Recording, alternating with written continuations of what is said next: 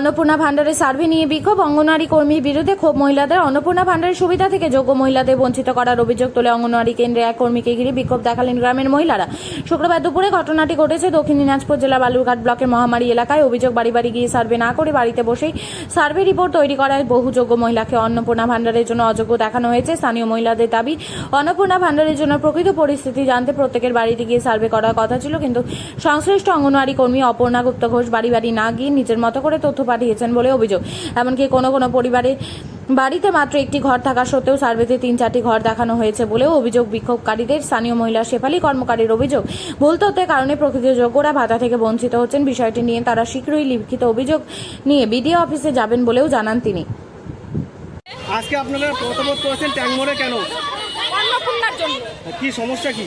আমরা অন্নপূর্ণা পাচ্ছি না, একবারও পাইনি। যে প্রথম বললো 20 তারিখে দিবে, 17 তারিখ থেকে টাকা দিবে, আজকে 21 তারিখ, তাও আমরা টাকা পাইনি। এখান থেকে আমরা সেদিনকে আসছিলাম, তো কয় তারিখ সেটা 18 তারিখে আসছিলাম। এসে বলছে আপনাদের কামনা সূত্র অ্যাপ্রুভ হয়েছে, তাহলে টাকা ব্যাংকে যান। ব্যাংকে যায় বলছে ওখানে ব্যাংক চেক করছি কিন্তু টাকা নাই। এখান থেকে বলছে আপনার টাকা ব্যাংকে আছে, আবার লিস্টে আবার কালকে অঞ্চলে যাই দেখাচ্ছি লিস্টে নাম আছে কিন্তু আমরা টাকা পাচ্ছি না। তো কি চাচ্ছেন, কি চাচ্ছেন এখন? আমরা টাকা চাই। ভিডিও অফিসে কি বলছে? ভিডিও বলছে লাইনে দাঁড়াও।